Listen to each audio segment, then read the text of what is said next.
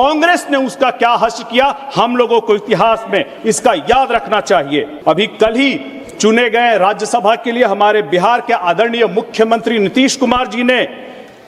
तत्काल योजना लाकर और जनशताब्दी एक्सप्रेस के माध्यम से रेलवे को एक क्रांतिकारी शुरुआत दी थी।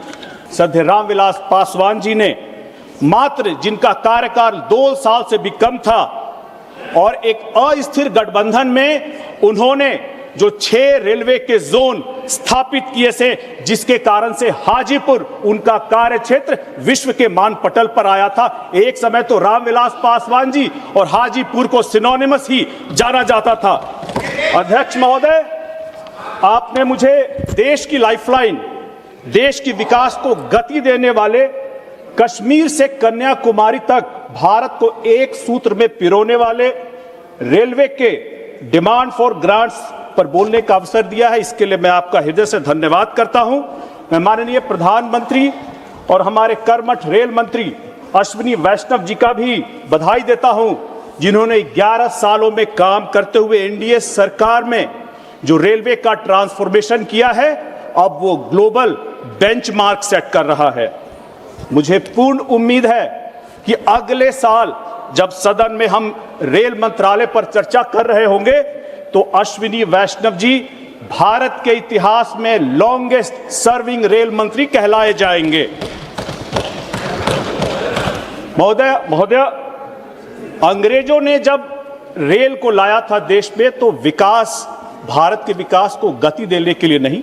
भारत को लूटने के लिए, एक्सप्लॉयटेशन के लिए लाया था। भारत के संसाधनों को बंदरगाह तक पहुंचाने का रास्ता निकाला था ताकि देश से लूटपाट हो सके। अंग्रेज चले गए, उसके बाद कांग्रेस पार्टी ने एकीकृत बिहार को भी इससे मरहूम ही रखा और जब 1952 में फ्रेट इक्वलाइजेशन पॉलिसी लाते हैं तब रेल के माध्यम से भी बिहार के विकास का दोहन ही करते हैं। अध्यक्ष महोदय, आजादी के बाद इतिहास में लगभग 78 सालों से सबसे ज्यादा 22 सालों तक रेल मंत्रालय का अगर किसी ने नेतृत्व किया है तो बिहार के नेताओं ने किया है। हमारी युवा पीढ़ी को मैं बिहार में बताना चाहूंगा कि रेल मंत्रालय को लेकर के हमारे राज्य के नेताओं का स्वर्णिम इतिहास रहा है। आप याद कीजिए, देश के अभी तक के पहले जो बिहार से रेल मंत्री बने थे बाबू जगजीवन राम जी, जिन्होंने रेलवे का आधुनिकीकरण किया, कर्मचारियों के कल्याण के लिए काम किया, लेकिन उनके इतना योगदान देने के बाद भी कांग्रेस ने उसका क्या हश्र किया, हम लोगों को इतिहास में इसका याद रखना चाहिए। डॉक्टर राम सुभाग सिंह जी, जिनके विजन से 1969 में राजधानी एक्सप्रेस शुरू किया गया और वही राजधानी जब हम आज दिल्ली से पटना करते हैं तब हम याद नहीं रखते हैं कि ये किसकी देन थी और हमारे युवा पीढ़ी को इसके बारे में अवश्य जानना चाहिए।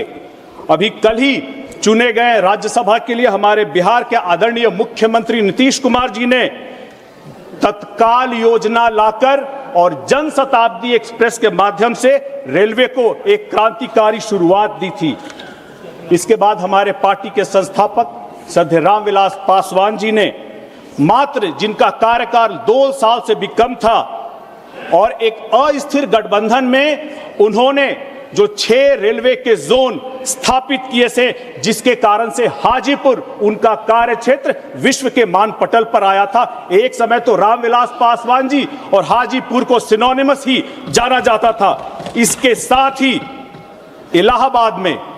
जयपुर में, बेंगलुरु में, जबलपुर में और भुवनेश्वर में रेलवे जोन स्थापित किए गए थे।